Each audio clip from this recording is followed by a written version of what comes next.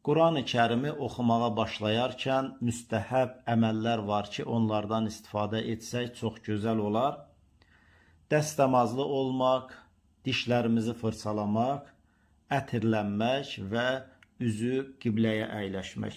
Və bir də burada Quran-ı Kərim haqqında müəyyən məlumatlar var, onları da deyək. Quran-ı Kərimdə 114 surə var. Quran-ı Kərimdə əlbəttə müxtəlif fərqli saylar göstərilir, amma ən çox göstərilən 6236 ayə var. Quran-ı Kərimdə 77807 və yaxud 77934 kəlmə var. Quran-ı Kərimdə 323671 hərf var.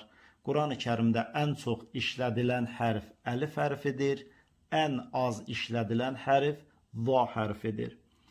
Quran-ı Kərimdə 30 cüz var, hər cüzdə 20 səhifə var. Quran-ı Kərimdə 60 hizb var, hər hizbdə 10 səhifə var. Quran-ı Kərimdə Quran kəlməsi 70 dəfə gəlir. Quran-ı Kərimdə ən gözəl və ən üstün işarə olunmuş gecə Qədr gecəsidir. Quran-ı Kərimdə ən gözəl işarə olunmuş ay Ramazan ayıdır.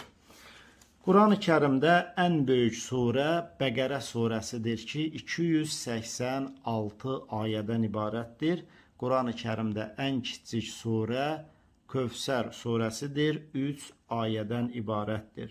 Quran-ı Kərimdə ən böyük ayə yenə də Bəqərə surəsinin 282-ci ayəsidir.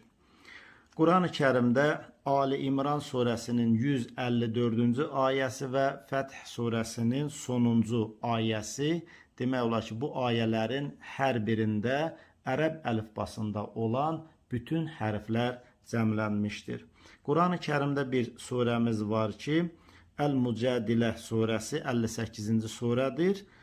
Bu surənin hər bir ayəsində Allah kəlməsi var.